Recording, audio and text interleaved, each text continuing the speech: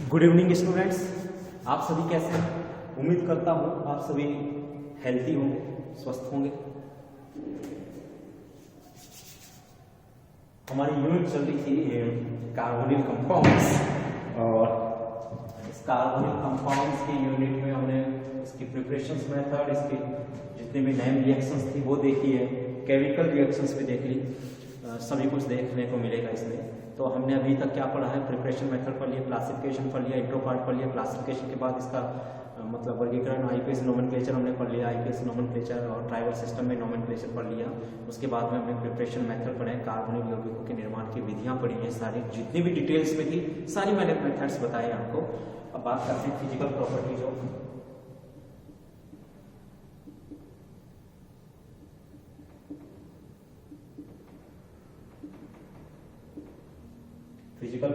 Of carbonyl compound. आज का topic है ये।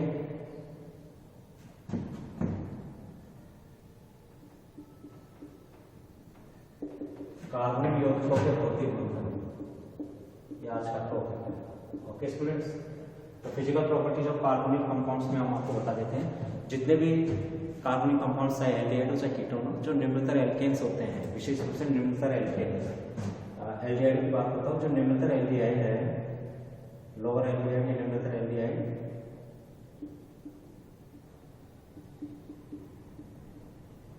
तो निम्नतर एल्डिहाइडों में सर्वप्रथम सदस्य कौन सा है?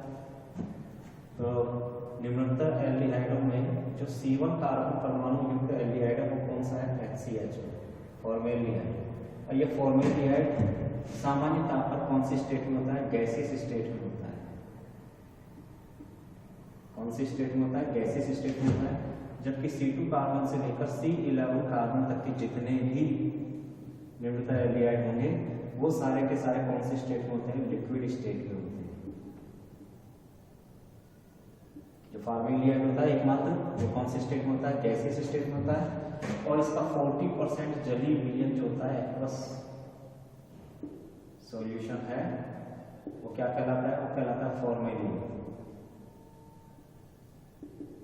ठीक है, जो प्रिजर्वेशन के काम में आता है, जो कि C2 से C11 तक के लिक्विड स्टेट्स में होंगे, और मोर देन यानी C12 या उससे अधिक जितने भी होंगे वो सारे के सारे क्या होते हैं? जितने भी उच्चतर सदस्य होंगे एल्डिहाइडों के, एल्डिहाइडों में कैटेगरी बता दी मैंने सारी की। जो C1 एल्डिहाइड जिनमें एक ही कार्बन परमाणु हो, ऐसे निम्नतर एल्डिहाइड गैसियस स्टेट में होता है, फॉर्मेल्डिहाइड गैसियस स्टेट में होता है, गैसीय अवस्था में उसका 40% जलीय विलयन फॉर्मेलिन कहलाता है, जो जीवों के प्रिजर्वेशन में संरक्षण में काम में आता है। C2 से C11 तक के जितने भी एल्डिहाइड्स होंगे वो लिक्विड स्टेट में द्रव अवस्था में पाए जाते हैं, और C12 से अधिक जितने भी होंगे, C12 या उससे ज्यादा जो भी होंगे XYZ, वो सारे के सारे एल्डिहाइड क्या होंगे? वो सारे के सारे सॉलिड स्टेट में पाए जाते हैं। तो ये तो होगी फिजिकल स्टेट की बात। ठीक ऐसे ही अगर हम कीटोन्स की बात कर लें, ठीक ऐसे ही अगर हम कीटोन्स की बात करते हैं, तो कीटोन्स में भी C11 तक की कंडीशन ध्यान दिएगा, क्योंकि कीटोन्स का फॉर्मेशन C3 से तो होगा ही, तो C3 कार्बन से लेकर के जितने भी कार्बन होंगे, तो C11 तक के जितने भी कार्बन होंगे वहां तक के यहाँ पे कंपाउंड क्या होंगे? वो लिक्विड स्टेट में ही होते हैं। जो कीटोन्स होते हैं द्रव अवस्था में होंगे, परंतु C12 से उच्चतर जितने भी कीटोन्स होंगे वो कौन सी स्टेट में होंगे? वो भी सॉलिड स्टेट में पाए जाते हैं। ठीक है, नॉर्मली कह देते हैं, लेकिन हमें ध्यान रखना है कि सामान्य से जो कीटोन्स काम में लेंगे वो कैसे होंगे? वो लिक्विड स्टेट्स में होंगे। ओके स्टूडेंट्स, अब बात करते हैं, ये कोई इतना इंपॉर्टेंट नहीं है, केवल आपको समझाने के लिए बताया गया है।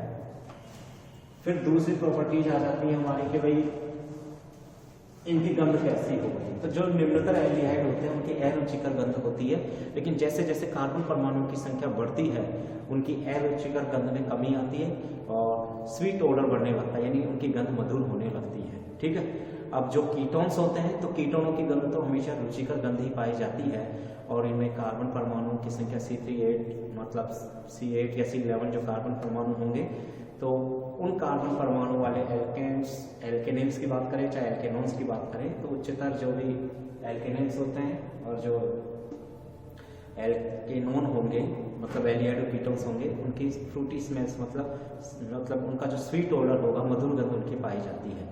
वैसे निम्नतर एल्डिहाइड, मैं बार बार बात कर रहा हूँ, निम्नतर जो एल्डिहाइड होंगे C1 C2 C3 वाले, उनमें अरुचिकर गंध पाई जाती है। लेकिन C5 या उससे उच्चतर जो भी एल्डिहाइड होंगे उनके अंदर उनकी गंध धीरे धीरे क्या होती जाएगी, अरुचिकर गंध दूर होने लगेगी और उनका स्वीट ऑर्डर बढ़ने लगता है। ठीक है, अब बात करते हैं इनकी विलेयता। जो निम्नतर कार्बोनिल यौगिक होते हैं वो जल में विलेय होते हैं विशेष रूप से।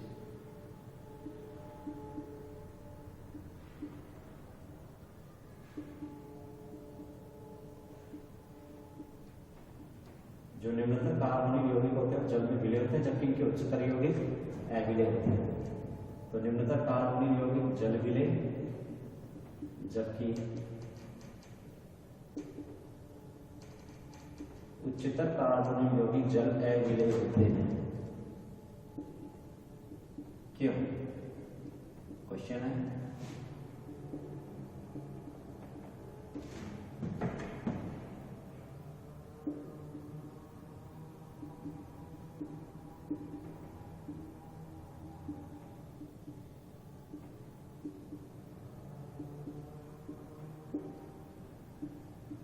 ठीक है, जो निम्नतर कार्बोनिल यौगिक होते हैं वो जल विलेय होते हैं, जबकि उच्चतर कार्बोनिल यौगिक जल में अविलेय होंगे। ये क्यों होता है, क्या रीजन इसके पीछे है, तो उसके बारे में आपको ध्यान रखने की बात है कि जल विलेय तो इसलिए क्योंकि कार्बोनिल समूह की ध्रुवणता को हम देख लेते हैं। कार्बोनिल समूह की ध्रुवणता का गुणधर्म होगा तो निश्चित रूप से उनकी जल में विलेयता भी हम देख सकते हैं कि जल में विलेयता किस प्रकार से होगी, क्या रीजन्स होंगे उनके जल में विलेयता के लिए। तो बहुत सारे रीजन्स दिए गए थे। तो निम्नतर यौगिक तो जल में विलेयशील होते हैं, लेकिन अणुभार बढ़ने के साथ साथ उनकी जल में विलेयता है वो धीरे धीरे क्या होती जाती है, कम होती चली जाती है। ओके स्टूडेंट्स, इसका कारण क्या होता है, क्योंकि जो निम्नतर कार्बोनिल यौगिक होते हैं वो जल के साथ हाइड्रेट बना लेते हैं। जो निम्नतर कार्बोनिल कंपाउंड्स होंगे वो जल के साथ में हाइड्रेट बना लेते हैं और हाइड्रेट बना करके स्थायी हो जाते हैं, जलयोजित हो जाएंगे। जबकि उच्चतर यौगिक हाइड्रेट नहीं बना पाते। क्यों? क्योंकि उच्चतर जो यौगिक होंगे, उच्चतर कार्बोनिल कंपाउंड्स में एल्किल समूह का आकार बड़ा होता है और एल्किल ग्रुप का आकार बड़ा होने के कारण जल अणुओं के साथ में ये हाइड्रेट या जलयोजित नहीं हो पाते। रीजन कैलकुलेट ध्यान रखिएगा। निम्नतर कार्बोनिल यौगिक जल में विलेय इसलिए होते हैं क्योंकि निम्नतर कार्बोनिल यौगिक में हाइड्रोकार्बन समूह का आकार छोटा होने के कारण ये जल अणुओं के साथ हाइड्रेट बना लेते हैं और जलयोजित हो जाते हैं। जबकि उच्चतर कार्बोनिल यौगिकों में हाइड्रोकार्बन समूह का आकार बड़ा होता है, अणुभार बढ़ने के साथ साथ हाइड्रोकार्बन समूह का आकार भी बढ़ेगा, जिसके फलस्वरूप जल के साथ में इनकी हाइड्रेट बनाने की संभावना नगण्य होने लगती है, यानी जलयोजित होने की प्रवृत्ति कम होने लगती है। तो इनके उच्चतर सदस्य जल में अविलेय होते हैं, जबकि निम्नतर सदस्य जो निम्नतर कार्बोनिल कंपाउंड जल में विलेय होते हैं। ओके स्टूडेंट्स, तो ध्यान रखिएगा, चाहे निम्नतर एल्डिहाइड हो चाहे निम्नतर कीटोन्स हो, ये दोनों के दोनों जल में विलेयशील होते हैं और जैसे जैसे अनुभार बढ़ता जाएगा जल में विलेयशीलता इनकी कम होती चली जाती है। और रीजन मैंने बता दिया कि निम्नतर कार्बोनिल यौगिकों के जल में विलेयशीलता का काम क्या होता है, तो उसका रीजन ध्यान रखिएगा। आपको बहुत इंपॉर्टेंट चीज ध्यान रखनी है कि निम्नतर कार्बोनिल यौगिकों की जल में विलेयशीलता का रीजन क्या है। तो मैं रीजन दे रहा हूँ, क्या रीजन था, तो निम्नतर कार्बोनिल यौगिकों में उपस्थित ध्रुवीय कार्बोनिल समूह, निम्नतर कार्बोनिल यौगिकों में उपस्थित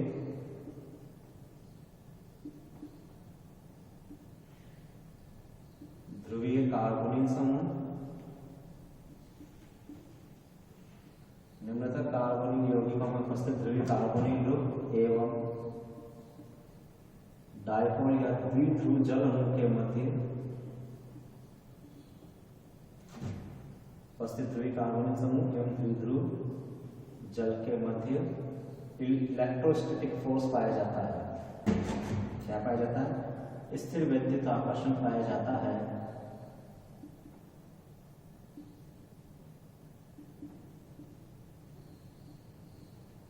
निम्नतर कार्बोनिल यौगिकों में उपस्थित ध्रुवीय कार्बोनिल ग्रुप एवं द्विध्रुव जल के मध्य स्थिर विद्युत आकर्षण के कारण ही ये यौगिक जल विलेय हो जाते हैं। ये यौगिक जलयोजित हो जाते हैं।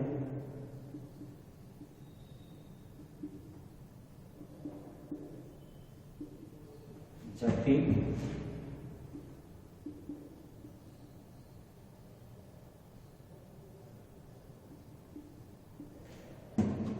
उच्चतर कार्बनिक यौगिक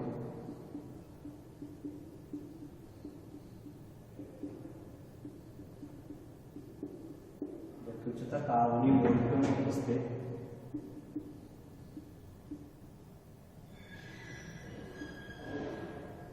हाइड्रोकार्बन समूह का आकार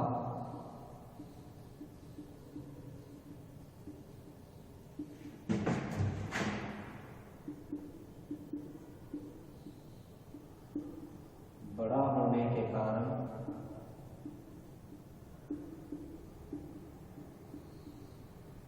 हाइड्रोकार्बन समूह का आकार बड़ा होने के कारण इनकी जलयोजित होने की प्रवृत्ति घटती है।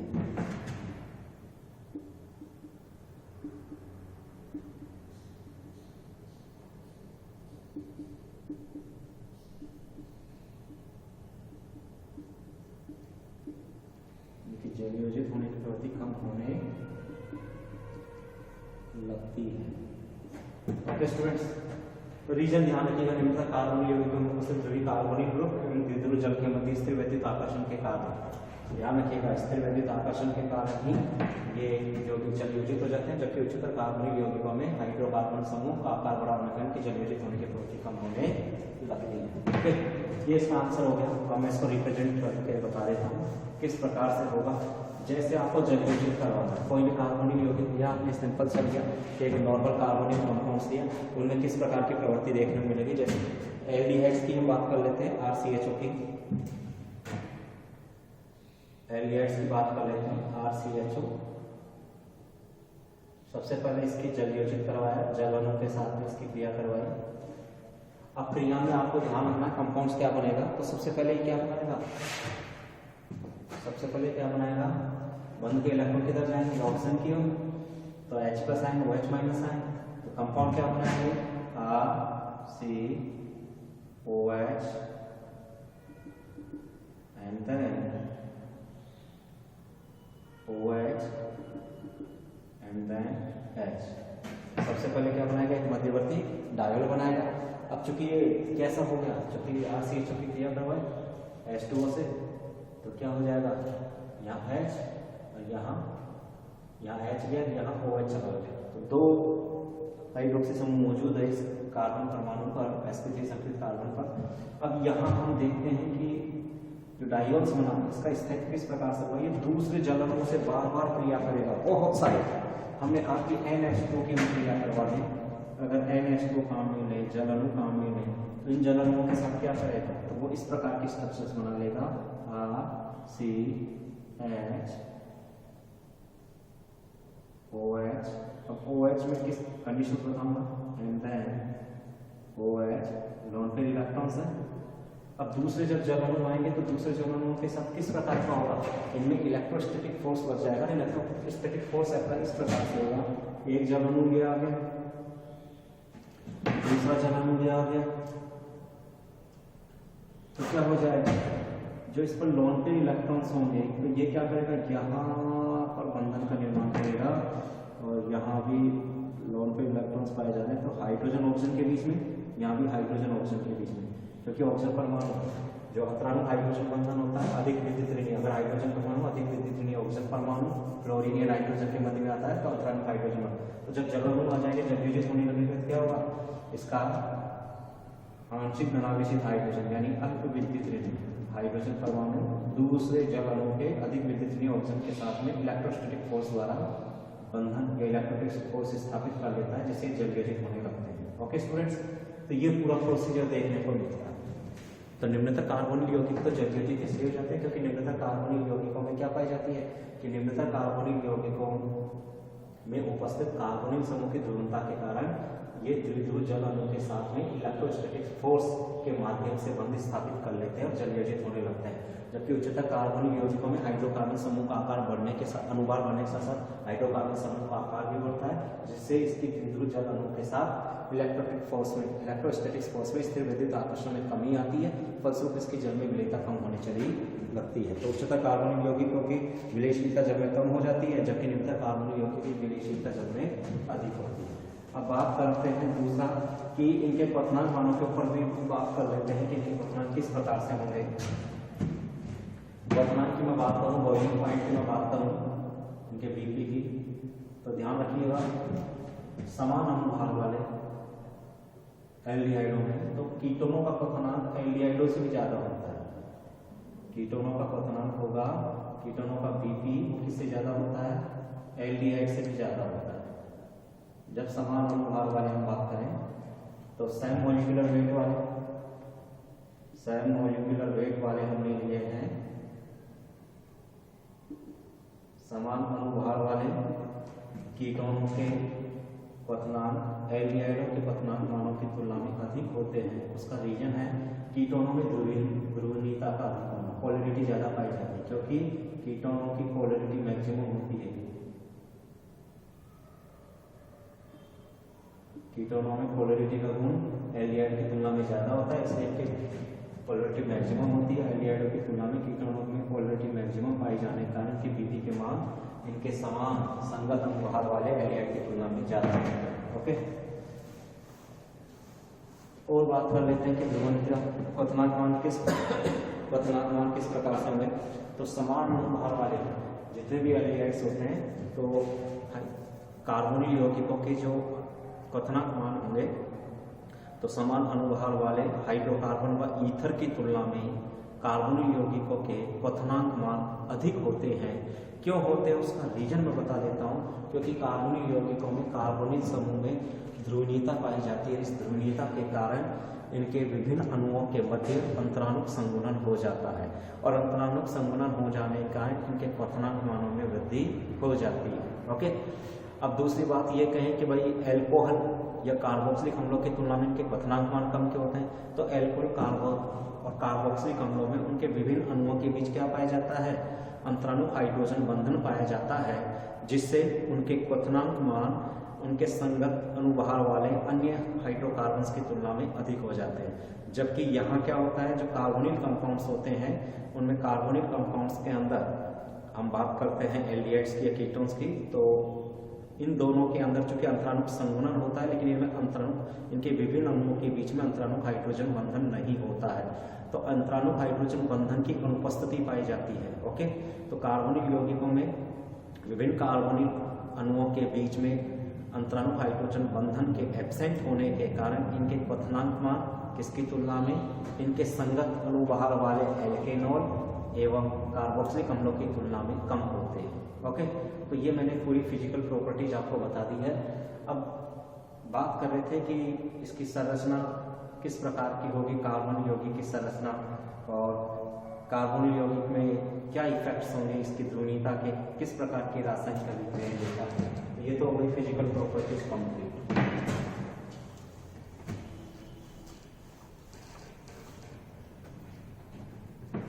अब इसकी स्ट्रक्चर्स की बात कर लेते हैं।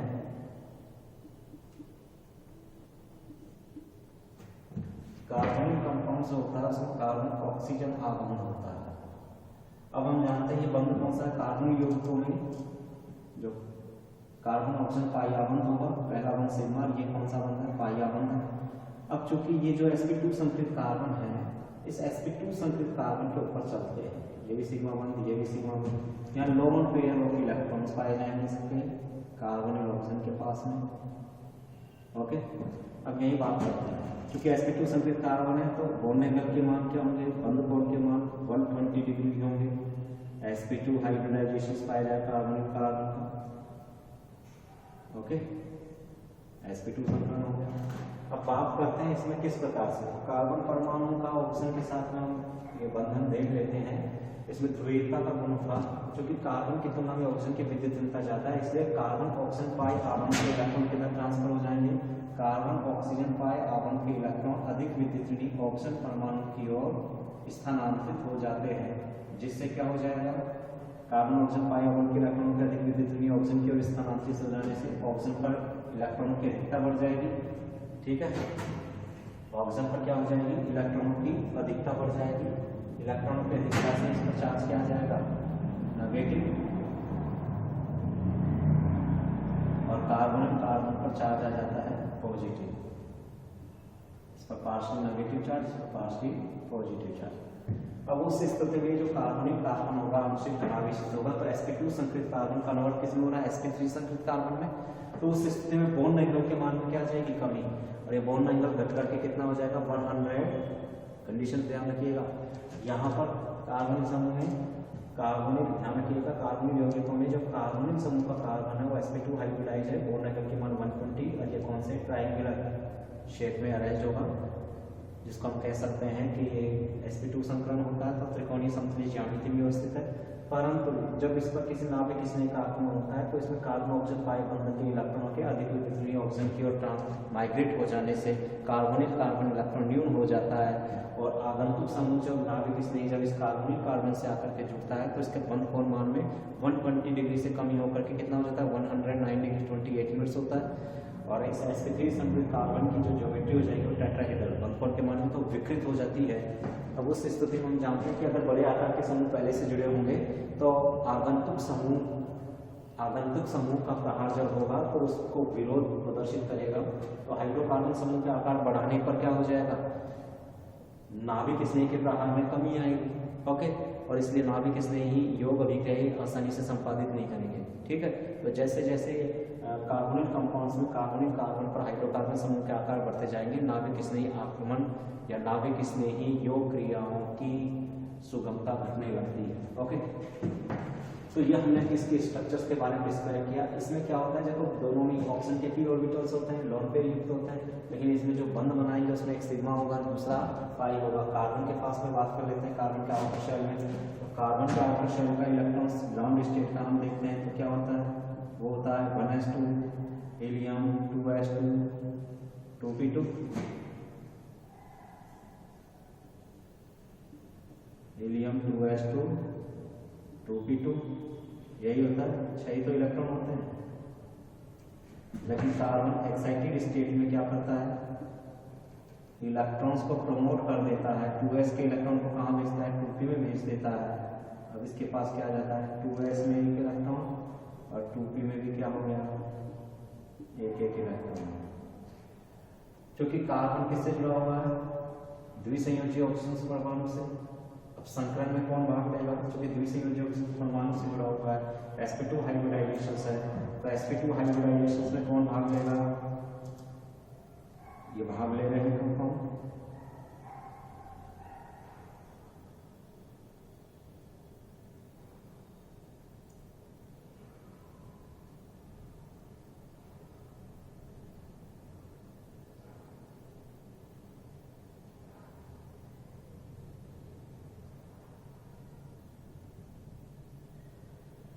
ऑक्सीजन परमाणु दूसरे एल्किल ग्रुप्स अपना अपना एक इलेक्ट्रॉन डोनेट कर देंगे।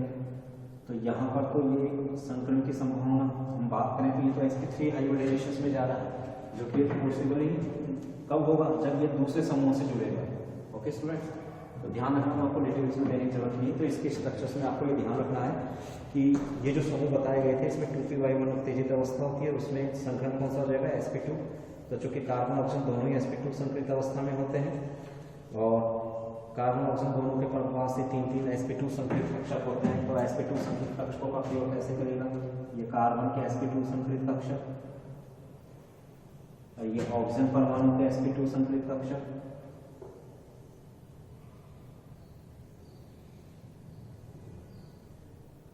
ऑक्सीजन परमाणु के 2 sp2 संकरित कक्षकों में से क्या होगा, यहीं से हम देख लेते हैं। कार्बन परमाणु की हम बात कर रहे थे, तो कार्बन के पास तो क्या था, हीलियम विन्यास, and then 2s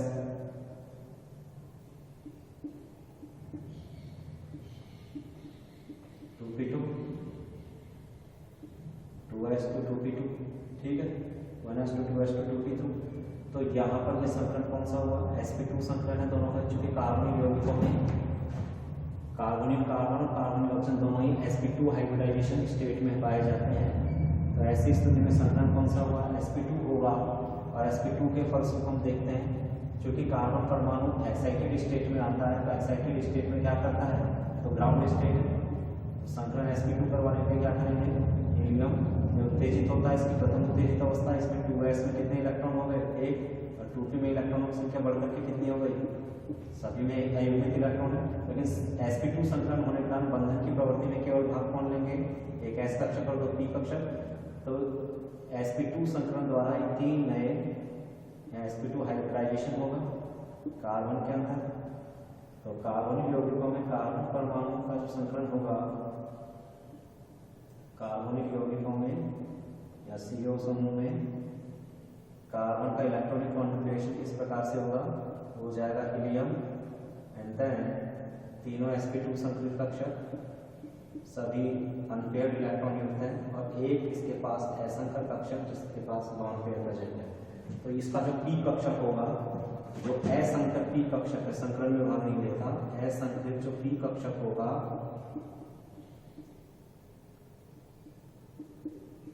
असंकर p कक्षक, और ये क्या है, संकृत कक्षक sp2 संकर कक्षक, ये तीनों के तीनों। तो इन सभी में इसका एक एक इलेक्ट्रॉन मौजूद है इन sp2 संकृत कक्षक में कार्बन का, क्योंकि कार्बन का जो चौथा अयुग्मित इलेक्ट्रॉन होगा कहाँ होगा, इन sp2 संकृत कक्षकों के लंबवत तल में उपस्थित कक्षक।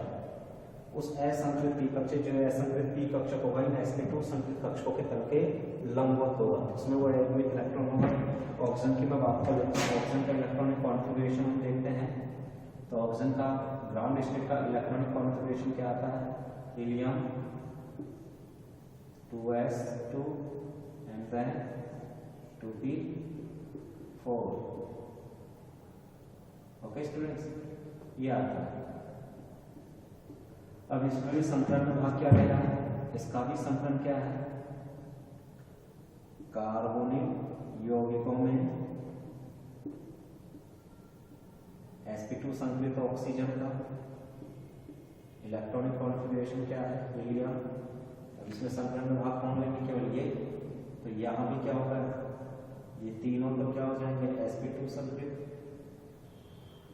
और ये असंकर p कक्षक।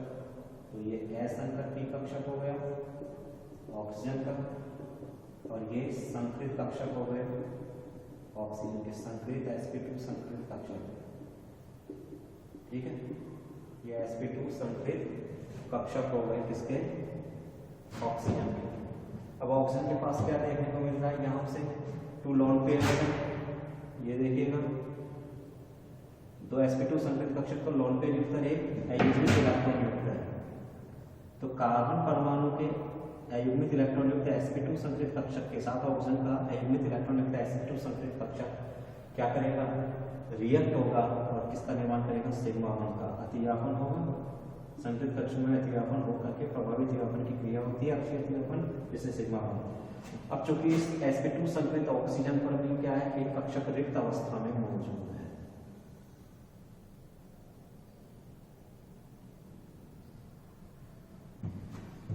अयुग्मित इलेक्ट्रॉन युक्त है, सॉरी असंकृत p कक्षक, ये तो भाग ले रहे थे अयुग्मित इलेक्ट्रॉन युक्त, उसके पास भी अयुग्मित इलेक्ट्रॉन युक्त कक्षक है, वह असंकृत p कक्षक ऑक्सीजन पर भी इन sp2 संकृत कक्षकों के तल पे लंबवत होगा। फिर इनमें दोनों के अयुग्मित इलेक्ट्रॉन युक्त असंकृत p कक्षक परस्पर प्रभावी अतिव्यापन करेंगे, तल के लंबवत अतिव्यापन होगा, प्रभावी नहीं होगा। ठीक है, तल के लंबवत अतिव्यापन होगा, लेकिन वो प्रभावी नहीं होता है, कम प्रभावी होता है, और उसके द्वारा किसका निर्माण हो जाता है, पाई आवरण का निर्माण होता है। ओके, ये सभी sp2 संकृत कक्षक है जिनको हम इस प्रकार से रिप्रेजेंट कर देंगे। ये sp2 संकृत कक्षक है, ये भी sp2 संकृत कक्षक को इस प्रकार से रिप्रेजेंट कर दिया।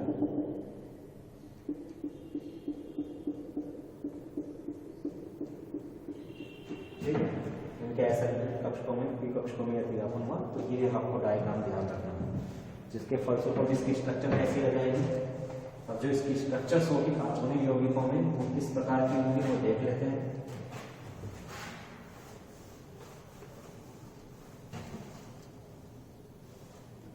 वो देखिएगा कार्बोनिल जो समूह होंगे इनमें जो पाई बॉन्ड निर्मित होगा, पाई इलेक्ट्रॉन घनत्व कार्बन ऑक्सीजन पर उपस्थित होगा